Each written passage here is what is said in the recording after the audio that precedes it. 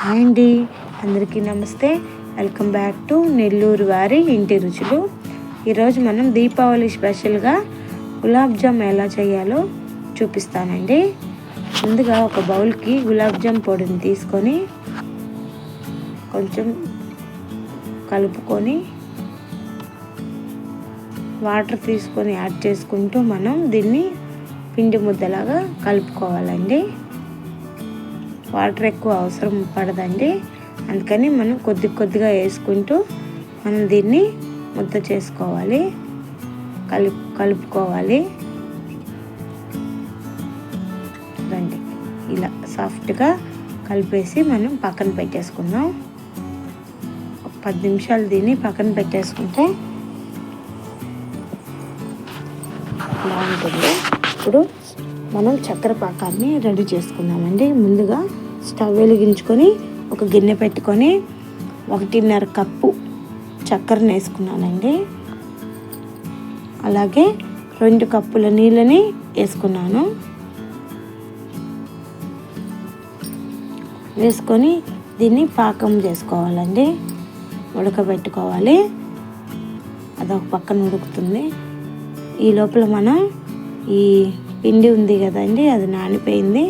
దీన్ని గులాబ్ జామ్ బాల్స్గా చిన్న బాల్స్గా చేసుకోవాలండి. ఇలా రౌండ్గా తిప్పుతూ మనం కొద్దిగా పిండిని తీసుకొని ఇట్లా రౌండ్గా సర్కిల్ టైప్లో రొటేట్ చేస్తూ మనం వీటిని చేసి పక్కన పెట్టుకోవాలండి. చిన్న బాల్స్గా చేసి పక్కన పెట్టుకోవాలి. ఇదండి మొత్తం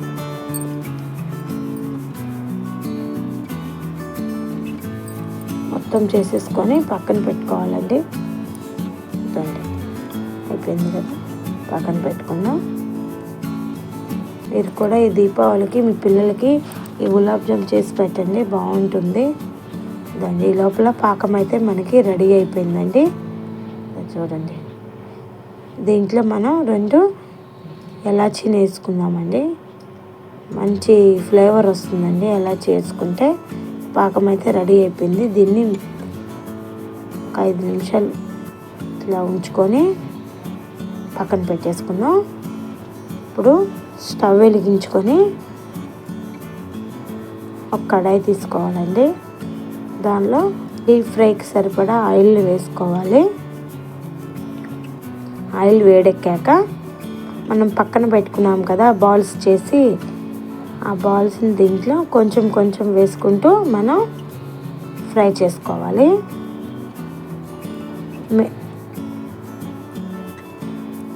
మంటని మీడియం ఫ్లేమ్లో పెట్టుకొని మాత్రమే ఫ్రై చేసుకోవాలండి. లేదు అంటే ఇవి తొందరగా మాడిపోతాయి, లోపల ఉడకవు.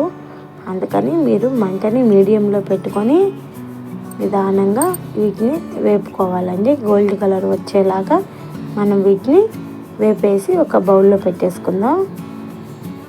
ఈ లోపల మనకి చక్కెర పాకం రెడీ అయిపోయింది కదండి, దాంట్లో వేయాలి. అందుకని ముందుగా వీటన్నిటిని వేపేసి పక్కన పెట్టుకుందామండి. అన్నీ వేపేసాను, పక్కన పెట్టేసుకున్నాను.